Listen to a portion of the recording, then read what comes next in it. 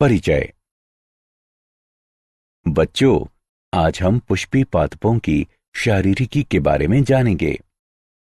Sir, Pushpi पादप क्या होते हैं? बच्चों, ये बीज उत्पन्न करने वाले पौधे होते हैं, जैसे कि जिम्नोस्पर्म आदि। हमें पुष्पी पादप कहाँ मिल सकते हैं सर?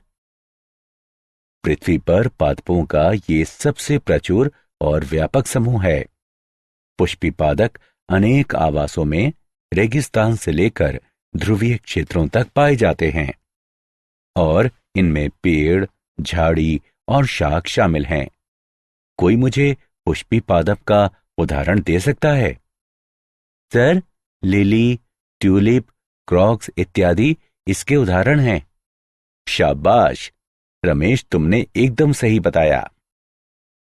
इस पाठ में आप पुष्पी पादप की शारीरिकी के बारे में जानेंगे। उद्देश्य। इस पाठ के अंत में आप निम्न करने में सक्षम हो जाएंगे: मेरिस्टेमी और स्थायी ऊतक का वर्णन करना, ऊतक तंत्र की व्याख्या करना, द्विबीजपत्री और एक बीजपत्री पौधों की शारीरिकी की व्याख्या करना, द्वितीयक वृद्धि की चर्चा करना। ऊतक। शारीरिकी में पादप अंगों की आंतरिक संरचना का अध्ययन किया जाता है। एक समान उद्भव और कार्य वाली समान या असमान कोशिकाओं का समूह ऊतक कहलाता है। ऊतकों को दो प्रकार में वर्गीकृत किया जा सकता है: मेरिस्टेमी ऊतक यानी विभज्य योतकी ऊतक और स्थायी ऊतक। मेरिस्टेमी ऊतक अनिश्चित काल तक विभाजन करने में सक्षम तथा समान कोशिकाओं या निश्चित ऊतक उत्पन्न करने के लिए विभेदन करने वाली कोशिकाओं को उत्पन्न करने वाली छोटी कोशिकाओं से बने पादप ऊतक मेरिस्टेमी ऊतक यानी विभज्य योतकी ऊतक कहलाते हैं। मेरिस्टेम, जो जड़ तथा तने के वृद्धि करते बिंदुओं के शीर्ष पर होता है, शीर्षस्थ मेरिस्टेम कहलाता है। यह लगातार विभाजन करता है, जिससे प्रारोह तथा जड़ की लंबाई में वृद्धि होती है। कलिका, जो पत्ती के कक्ष से निकलती है तथा शाखा प्रारोह या पुष्प में विकसित होने की क्षमता होती है, कक्षीय कलिका कहलाती है। मेरिस्टेमी ऊतक। अंतर्वेशी मेरिस्टम, यह शीर्षस्थ मेरिस्टेम से अलग उपस्थित होता है। ये पर्व के आधार पर उपस्थित होता है। उदाहरण के लिए घास और गेहूं में या पत्ती के आधार पर। प्राथमिक मेरिस्टेम, मेरिस्टेमी कोशिकाएं जो प्रोमेरिस्टेम से उत्पन्न होती हैं, प्राथमिक मेरिस्टेम हैं। शीर्ष मेरिस्टेम और अंतर्वेशी मेरिस्टेम दोनों प्राथमिक मेरिस्टेम हैं। द्वितीयक मेरिस्टेम या पार्श्वीय मेरिस्टेम, ये प्राथमिक स्थायी ऊतक से विकसित मेरिस्टेम हैं। ये किसी अंग के निर्माण की शुरुआत से उपस्थित नहीं होते हैं, बल्कि बाद में विकसित होते हैं और द्वितीयक स्थायी ऊतक बनाते हैं। उदाहरण के लिए जड़ों के कैम्बियम। स्थायी ऊतक। स्थायी ऊतक का निर्माण मेरिस्टेमी ऊतक में विभाजन या विभेदन के कारण होता है। स्थायी ऊतक की कोशिकाएं जीवित या मृत, पतली भित्ति या मोटी भित्ति वाली हो सकती हैं। स्थायी ऊतक दो प्रकार के होते हैं: सरल ऊतक और जटिल ऊतक। साधारण ऊतक। सरल ऊतक प्रकृति में सजातीय होते हैं और संरचनात्मक तथा कार्यात्मक रूप से समान कोशिकाओं के बने होते हैं। ये तीन प्रकार के होते हैं: पैरेन्काइमा, कोलेन्काइमा और स्क्लेरेन्काइमा। पैरेन्काइमा। पैरेन्काइमा की कोशिकाएं जीवित, मोटी भित्ति वाली होती हैं। इनमें स्पष्ट केंद्रक होते हैं। कोशिका भित्ति सेल्यूलोज, हेमीसेल्यूलोज और पैक्टिक पदार्थों की बनी होती है। कोशिकाओं में थोड़ा या ज्यादा अंतराकोशिकीय अवकाश होता है। कोशिकाएं प्रायः समव्यासी होती हैं, लेकिन लंबाकार, गोलाकार और बहुभुजीय भी हो सकती हैं। कॉलेनकाइमा यानी स्थूल कोण ऊतक। कॉलेनकाइमा की कोशिकाएं मोटी भित्ति वाली जीवित लंबाकार कोशिकाएं हैं। कोशिका भित्ति सेल्यूलोज, हेमीसेल्यूलोज और पेक्टिक पदार्थों की बनी होती है। भित्ति की मोटाई एक समान नहीं होती है। भित्तियों पर प्रायः साधारण गर्त होते हैं। कभी कभी कॉलेनकाइमा कोशिकाओं में क्लोरोप्लास्ट भी होते हैं। ये यांत्रिक तथा जैव प्रकार के दोनों कार्य करती हैं। कॉलेनकाइमा तनन सामर्थ्य प्रदान करती हैं, जिससे वृद्धि कर रहे अंगों को लचीलापन और सहारा मिलता है। क्लोरोप्लास्ट युक्त कॉलेनकाइमा प्रकाश संश्लेषण का कार्य करती है। स्क्लेरेनकाइमा यानी दृढ़ ऊतक। स्क्लेरेनकाइमा ऊतक बहुत कठोर, मोटी भित्तियों वाली कोशिकाओं के बने होते हैं। स्क्लेरेनकाइमा कोशिकाओं की कोशिका भित्ति बहुत मोटी होती है, इसलिए परिपक्वता पर कोशिका का बाह्य कोशिकीय वातावरण से पूरी तरह से संपर्क टूट जाता है और कोशिका मृत हो जाती है। स्क्लेरेनकाइमा कोशिकाएं दो प्रकार की होती हैं, तंतुमयी और स्क्लेरेट। स्क्लेरेनकाइमा के प्रकार। तंतुमयी कोशिकाएं लंबी, संकीर्ण होती हैं तथा दोनों सिरों पर नुकीली एवं लिग्नीभूत मोटी भित्ति होती है। कोशिका भित्ति में साधारण या परिवेशित गर्त होते हैं। स्क्लेरेट कोशिकाएं आकार में अनियमित होती हैं। कोशिका भित्ति मोटी, कठोर और लिग्नीभूत होती हैं, जो गुहिका को बहुत छोटा कर देती है।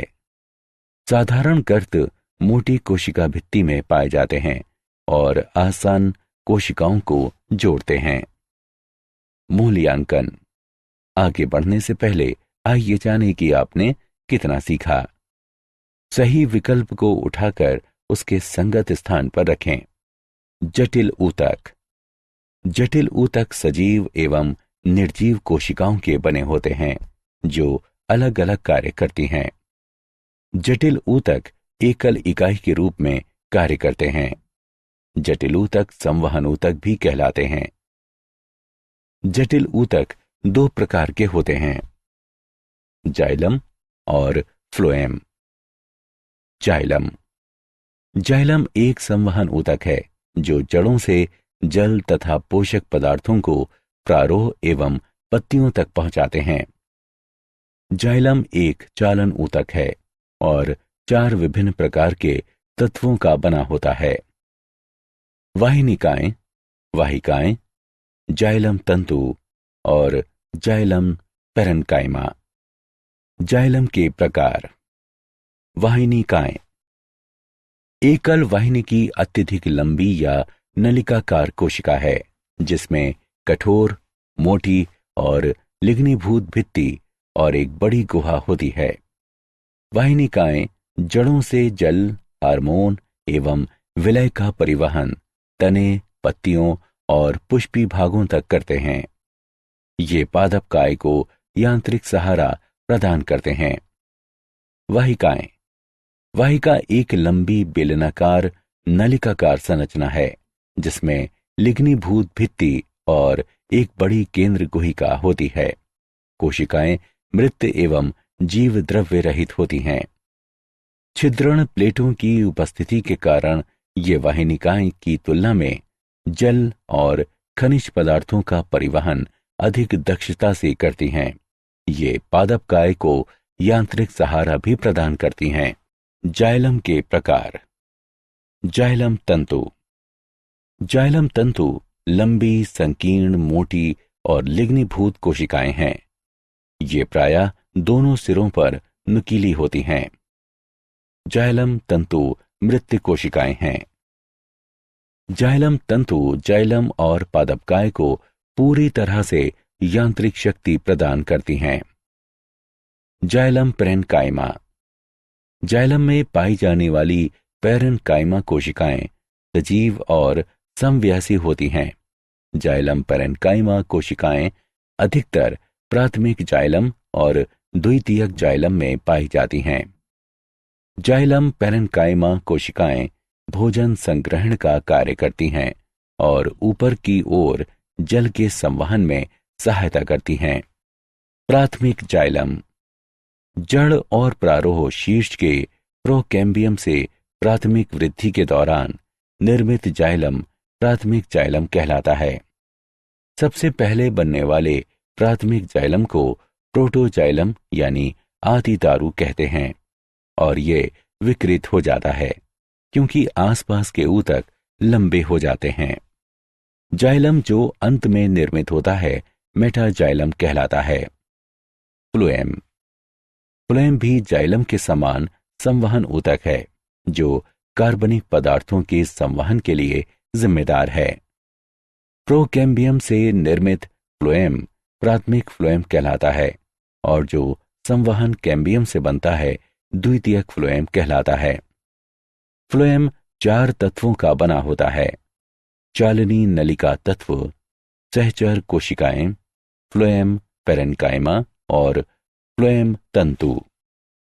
फ्लोएम के प्रकार। चालनी नलिका तत्व। चालनी नलिकाएं नलिका जैसी संरचनाएं हैं जो लंबाकार कोशिकाओं की बनी होती हैं।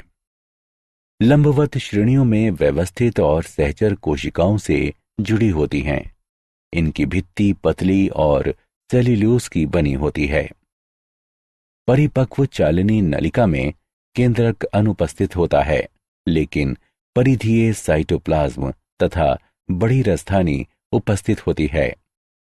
चालनी नलिका का मुख्य कार्य पत्तियों से तैयार खाद्य पदार्थों का नीचे की ओर संचयन अंगों तक और उसके बाद ऊपर की ओर विकसित होते क्षेत्रों तक परिवहन है। फ्लोएम के प्रकार। सहचर कोशिकाएं। सहचर कोशिकाएं विशिष्ट पैरेन्काइमी कोशिकाएं हैं। सघन साइटोप्लाज्म और सुस्पष्ट केंद्रक इनकी विशेषता है और ये एंजियोस्पर्म के फ्लोएम में निकटवर्ती चालनी नलिका तत्व के साथ सटी रहती हैं। Phloem parenchyma. फ्लोएम पैरेन्काइमा कोशिकाएं सजीव पैरेन्काइमी कोशिकाएं हैं जो आकार में बेलनाकार, उपगोलाकार या बहुफलकीय हो सकती हैं। कोशिकाओं में सघन साइटोप्लाज्म और केंद्रक होता है तथा कोशिका भित्ति सेल्यूलोज की बनी होती है। फ्लोएम तंतु। फ्लोएम तंतु अत्यधिक लंबे, अशाखित तथा नुकीले होते हैं। इनके सिरे सुई की तरह होते हैं। इनकी कोशिका भित्ति सरल परिवेशित गर्त के साथ काफी मोटी होती है। परिपक्व होने पर ये तंतु अपना जीव द्रव्य नष्ट करके मृत हो जाते हैं। ऊतक तंत्र। ऊतक तंत्र की निम्नलिखित 3 श्रेणियों को स्पष्ट रूप से पहचाना जा सकता है: बाह्य त्वचीय ऊतक तंत्र, भरण या मौलिक ऊतक तंत्र, संवहनी ऊतक तंत्र। बाह्य त्वचीय ऊतक तंत्र। बाह्य त्वचा पादपकाय का सबसे बाहरी आवरण है जो बाह्य वातावरण के सीधे संपर्क में होता है। ये लंबी एक दूसरे से सटी कोशिकाओं का बना होता है जो बिना किसी अंतराकोशिकीय अवकाश के एक अखंड सतह बनाती हैं।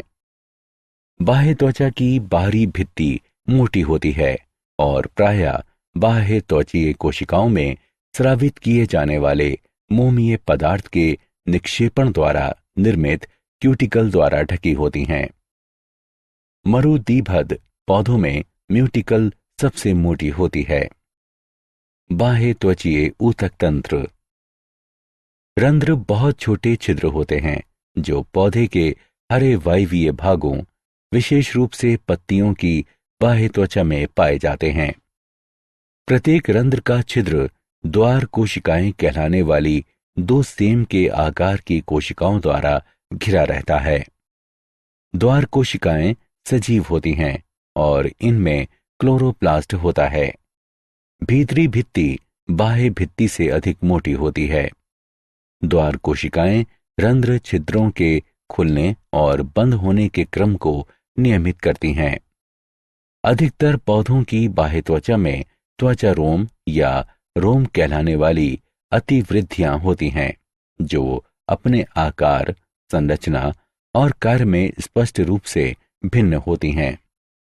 त्वचा रोम अत्यधिक जल की हानि को रोकते हैं। त्वचा रोम बीजों एवं फलों के संरक्षण, प्राकीर्णन में सहायता करते हैं। जड़ों की बाह्य त्वचा में मूल रोम विशिष्ट क्षेत्र मूल रोम क्षेत्र में होते हैं। ये मृदा से जल और खनिज विलयन का अवशोषण करने के अतिरिक्त पादपकाय को मृदा में स्थिर रखने में महत्वपूर्ण भूमिका निभाते हैं। भरण ऊतक तंत्र। भरण ऊतक तंत्र पादपकाय का मुख्य आकार बनाते हैं। इसमें बाह्य त्वचा और संवहन बंडल को छोड़कर सभी ऊतक शामिल हैं। इस ऊतक तंत्र का प्राथमिक कार्य खाद्य पदार्थों का संग्रहण और निर्माण है। एक बीजपत्री तने में भरण ऊतक वलकुट, परिरंभ और पित्त में विभेदित नहीं होता है। द्विबीजपत्री तने, द्विबीजपत्री जड़ों और एक बीजपत्री जड़ों में भरण ऊतक वलकुट, परिरंभ और मज्जा या पित्त का बना होता है। संवहनी ऊतक तंत्र। अक्ष का केंद्रीय स्तंभ अर्थात जड़ और तना रंभ कहलाता है, जो अनेक संवहन बंडलों का बना होता है, जो संवहनी ऊतक तंत्र बनाते हैं। संवहन बंडल में जाइलम, फ्लोएम और कैम्बियम भी होते हैं। यदि जाइलम और फ्लोएम के बीच कैम्बियम उपस्थित है तो इसे खुला संवहन बंडल कहा जाता है। उदाहरण, द्विबीजपत्री। यदि जाइलम और फ्लोएम के बीच कैम्बियम नहीं है तो इसे बंद संवहन बंडल कहा जाता है। उदाहरण, एक बीजपत्री। संवहनी ऊतक तंत्र। जाइलम और फ्लोएम के विन्यास के अनुसार संवहन बंडल दो प्रकार के होते हैं, अरीय और संयुक्त।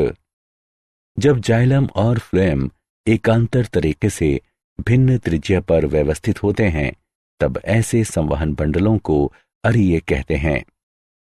जब जाइलम और फ्लोएम समान त्रिज्याओं पर उपस्थित होते हैं तो इस प्रकार के संवहन बंडल संयुक्त संवहन बंडल कहलाते हैं। मूल्यांकन। आगे बढ़ने से पहले आइए जानें कि आपने कितना सीखा। सही विकल्प को उठाकर उसके संगत स्थान पर रखें। द्विबीजपत्री तथा एक बीजपत्री पौधों की शारीरिकी। द्विबीजपत्री मूल, बाह्य त्वचा, ये सबसे बाहरी परत है। वलकुट, इसमें पतली भित्ति वाली पैरेनकाइमी कोशिकाओं के कई परतें होती हैं। इनके बीच में अत्यधिक अंतराकोशिकीय स्थान होता है। अंतस्त्वचा। वलकुट की सबसे भीतरी परत अंतस्त्वचा है, जो पूरी तरह से रंभ द्वारा घिरी होती है। अंतस्त्वचा की कोशिकाओं में कैसपेरी पट्टियां कहलाने वाला विशिष्ट स्थूलन होता है। परिरंभ। ये मोटी भित्ति वाली पैरेनकाइमी कोशिकाओं की बनी होती है। संवहन बंडल। ये सदैव एक घेरे में व्यवस्थित और अरीय होते हैं, अर्थात जाइलम और फ्लोएम भिन्न त्रिज्याओं पर स्थित होते हैं। प्रोटोजाइलम सदैव केंद्र से दूर और मेटाजाइलम केंद्र की ओर स्थित होते हैं। जाइलम की इस दशा को बाह्य आदिदारुक कहते हैं। कंजंक्टिव ऊतक। जाइलम और फ्लोएम बंडलों के बीच स्थित पैरेनकाइमा कंजंक्टिव ऊतक बनाती है। पित्त। ये जड़ के केंद्र में एक छोटा क्षेत्र घेरता है और पैरेनकाइमी कोशिकाओं का बना होता है। एक बीजपत्री मूल। बाह्य त्वचा। ये मूल की सबसे बाहरी परत है जिस पर अनेक रोम होते हैं। वलकुट। बाह्य त्वचा के नीचे बहुस्तरीय पैरेनकाइमी ऊतक उपस्थित होता है जिसमें अंतराकोशिकीय स्थान होता है और ये वलकुट है। अंतस्त्वचा। वलकुट की सबसे भीतरी परत अंतस्त्वचा है। अंतस्त्वचीय कोशिकाएं पीपाकार होती हैं, जिनमें कैस्परी पट्टियां बिल्कुल नहीं होती और भित्ति मोटी होती है। परिरंभ, यह एक पंक्ति में व्यवस्थित होता है और पेरेन्काइमा का बना होता है। संवहन बंडल, संवहन बंडल बहु आदिदारुक, अरिये और बाह्य आदिदारुक होते हैं। फ्लोएम पेरेन्काइमा अनुपस्थित होती है। कंजंक्टिव ऊतक, जाइलम और फ्लोएम के बीच स्थित पेरेन्काइमी कोशिकाओं का बना होता है। पिथ, ये बड़ी होती है तथा दूर दूर स्थित पेरेन्काइमी कोशिकाओं की बनी होती है, जिसमें प्रचुर मात्रा में स्टार्च कण होते हैं। द्विबीजपत्री तना, अनुप्रस्थ काट में निम्नलिखित संरचनाएं होती हैं। बाह्य त्वचा, बाह्य त्वचा तने की सबसे बाहरी परत है। ये कोशिकाओं की एकल परत की बनी होती है और क्लोरोप्लास्ट की कमी होती है। बाह्य त्वचा पर बहुकोशिकीय रोम और रंध्र पाए जाते हैं। वल्कुट, इसे 3 क्षेत्रों में विभाजित किया जा सकता है। अधस त्वचा, ये बाह्य त्वचा के ठीक नीचे स्थित होती है। सामान्य वल्कुट, ये अधस त्वचा के भीतर स्थित होता है और मोटी भित्ति वाली पेरेन्काइमी कोशिकाओं की कुछ परतों का बना होता है। वल्कुट का मुख्य कार्य भोजन का संग्रहण है।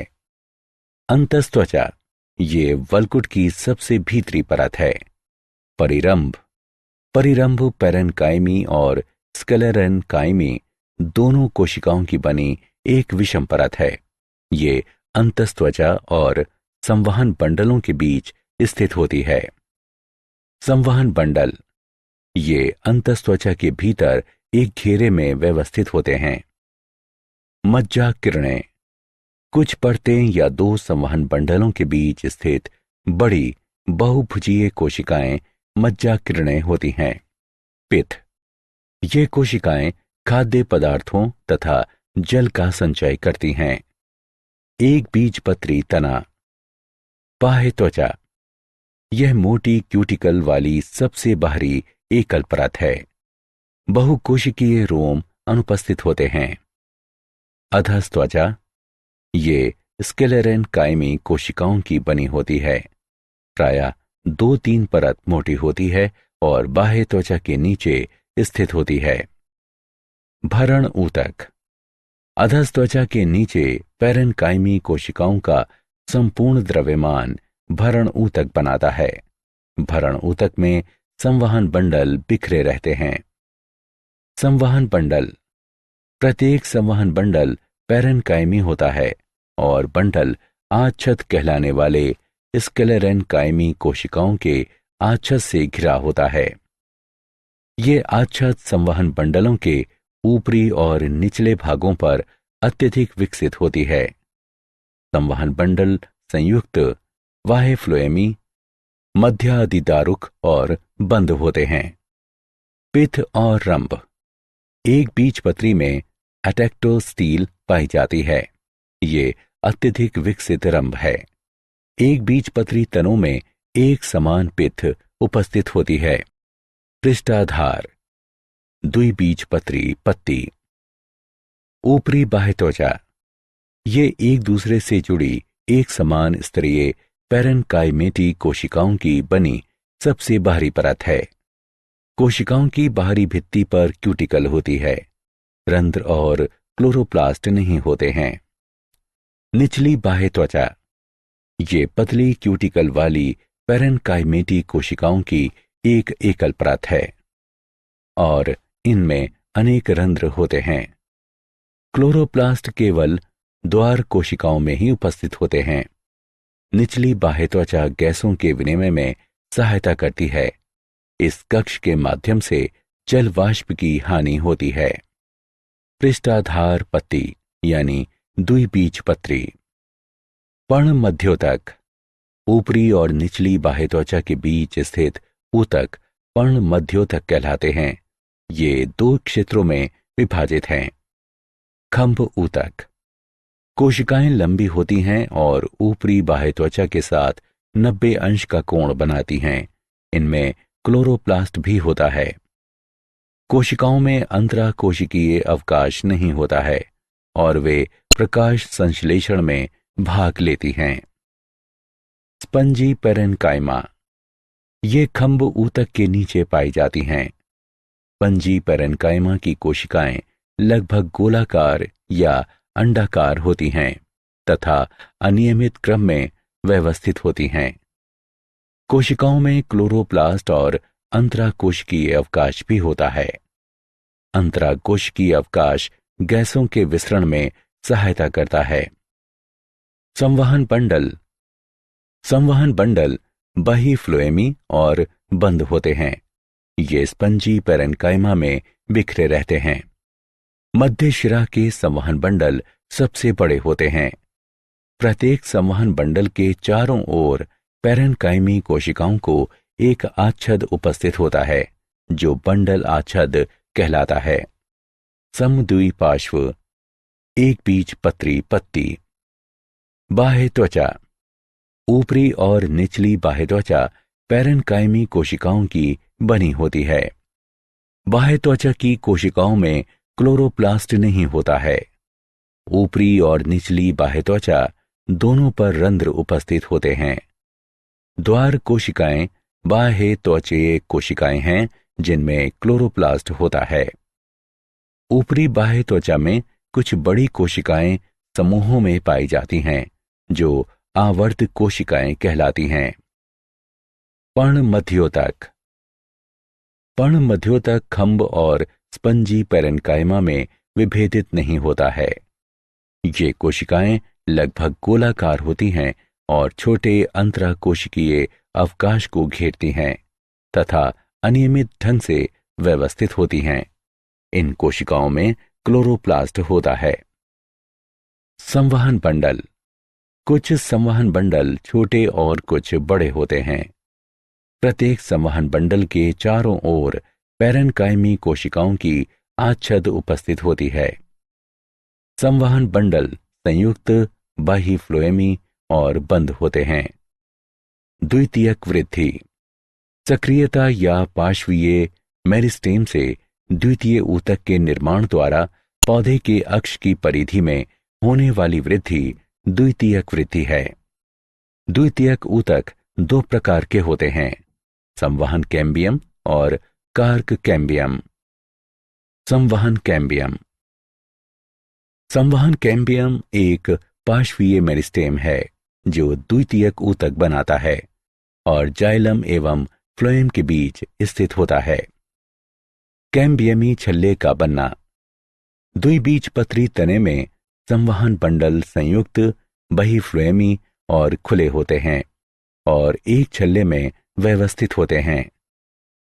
संवहन बंडलों में जाइलम और फ्लोएम के बीच उपस्थित कैम्बियम पूलीय या अंतःपूलीय कैम्बियम कहलाता है। मज्जा किरणों की कुछ कोशिकाएं मेरिस्टेमी हो जाती हैं और वे अंतरापूलीय कैम्बियम कहलाती हैं। ये दोनों कैम्बियम एक साथ मिलकर संवहन कैम्बियम या इंट्रास्टेलर कैम्बियम का पूर्ण छल्ला बनाते हैं।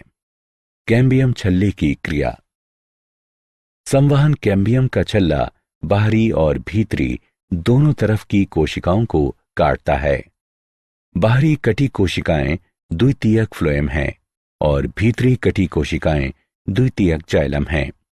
कटी हुई द्वितीयक जाइलम की मात्रा द्वितीयक फ्लोएम से अधिक होती है और इस प्रकार द्वितीयक ऊतक के निर्माण के साथ घेरे या व्यास में वृद्धि होती है जो द्वितीयक वृद्धि कहलाती है। कैम्बियम कोशिकाएं आयताकार, पतली भित्ति वाली, जीव द्रव्य से पूर्ण और मेरिस्टेमी क्रियाशीलता वाली होती हैं। द्वितीयक ऊतक में वृद्धि के साथ साथ प्राथमिक जाइलम और प्राथमिक फ्लोएम दब जाते हैं। कुछ स्थानों पर कैम्बियम द्वितीयक जाइलम और द्वितीयक फ्लोएम नहीं बनाता है, बल्कि जाइलम और फ्लोएम के बजाय पेरेन्काइमी कोशिकाओं को बनाता है। इस प्रकार ये कोशिकाएं द्वितीयक जाइलम से द्वितीयक फ्लोएम तक अखंड पट्टियां बनाती हैं और द्वितीयक मज्जा किरणें कहलाती हैं। बसंत दारू तथा शरद दारू। बसंत ऋतु में कैम्बियम की सक्रियता अधिक हो जाती है और इस कारण काष्ठ तत्व चौड़ी गुहिका के साथ आकार में बड़े हो जाते हैं। इसके अतिरिक्त मात्रा अधिक होती है और बसंत के मौसम में निर्मित द्वितीयक जाइलम या काष्ठ बसंत दारू कहलाती है। शरद ऋतु में कैम्बियम की सक्रियता कम हो जाती है और काष्ठ तत्व संकरी गुहिका के साथ आकार में छोटे हो जाते हैं। इसके अतिरिक्त ये मात्रा में कम हो जाता है और शरद ऋतु में निर्मित काष्ठ को शरद अथवा पश्च दारू कहते हैं। बसंत दारू और शरद दारू वार्षिक वलय बनाते हैं। हृद दारू तथा रस दारू।